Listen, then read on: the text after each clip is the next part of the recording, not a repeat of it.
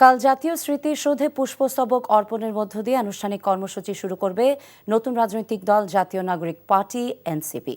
জাতীয় নাগরিক কমিটির কেন্দ্রীয় কার্যালয়ের সাংবাদিকদেরকে এমনটি জানান সংগঠনের উত্তরাঞ্চলের মুখ্য সংগঠক সার্জিস আলম।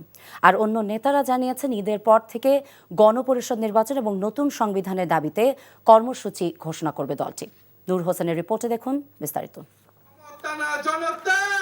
দেশের রাজনীতিতে আলোড়ন সৃষ্টি করে গত শুক্রবার আত্মপ্রকাশ হয়েছিল জুলাই আগস্ট গণ অভ্যুত্থানে নেতৃত্ব দেয়া ছাত্রনেতাদের রাজনৈতিক দল জাতীয় নাগরিক পার্টির।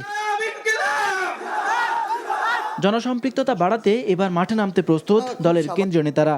জাতীয় স্মৃতিসৌধে মহান মুক্তিযুদ্ধের শহীদদের প্রতি শ্রদ্ধা নিবেদনের মধ্য দিয়ে আনুষ্ঠানিক কার্যক্রম শুরু করবে নতুন এই রাজনৈতিক দল। নতুন যাত্রায় রাজনৈতিক দলগুলোর গঠনমূলক সমালোচনা প্রত্যাশা করেন সংগঠনের মুখ্য সংগঠক সার্জিস আলম।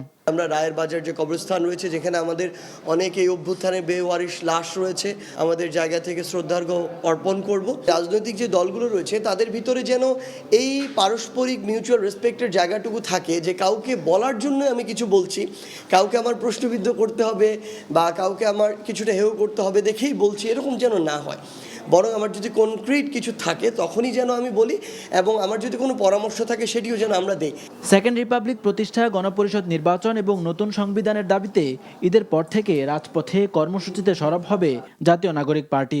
মুক্তিযুদ্ধ সহ দেশের মানুষের অতীতের সমস্ত সংগ্রামকে সেকেন্ড রিপাবলিকে গুরুত্ব দেওয়া হবে বলেও জানান নেতারা। এর আগে তো রাজনৈতিক দলগুলো অনেক কিছু চায়নি, কিন্তু বাংলাদেশে ঘটেছে। বাংলাদেশের রাজনৈতিক দলগুলো তো গণঅভ্যুত্থান ঘটবে এটা তাদের চিন্তার মধ্যে ছিল না, কিন্তু বাংলাদেশে গণঅভ্যুত্থান ঘটেছে। এখন যদি জনগণ এটার পক্ষে আসে, গণপরিষদ নির্বাচনে আমরা যদি তাদেরকে বোঝাতে পারি, সক্ষম হই যে এটা আসলে সংবিধান যারা আপনার প্রতিনিধি হবেন তারা সংসদে গিয়ে সংবিধান প্রণয়ন করবেন, তাহলে জনগণ খুব সহজেই এটার সাথে রেসপন্স করবেন, বুঝতে পারবে। অভ্যুত্থানের মাধ্যমেই আসলে এই সংবিধানটাকে বাংলাদেশের মানুষ খারিজ করে দিয়েছে।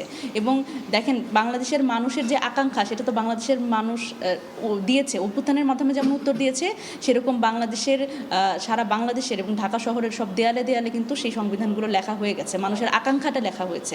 নেতাদের প্রত্যাশা দেশের বঞ্চিত জনগোষ্ঠীর অধিকার আদায়ের সংগ্রামকে বেগবান করবে জাতীয় নাগরিক পার্টি। নূর হোসেন, এনটিভি নিউজ, ঢাকা।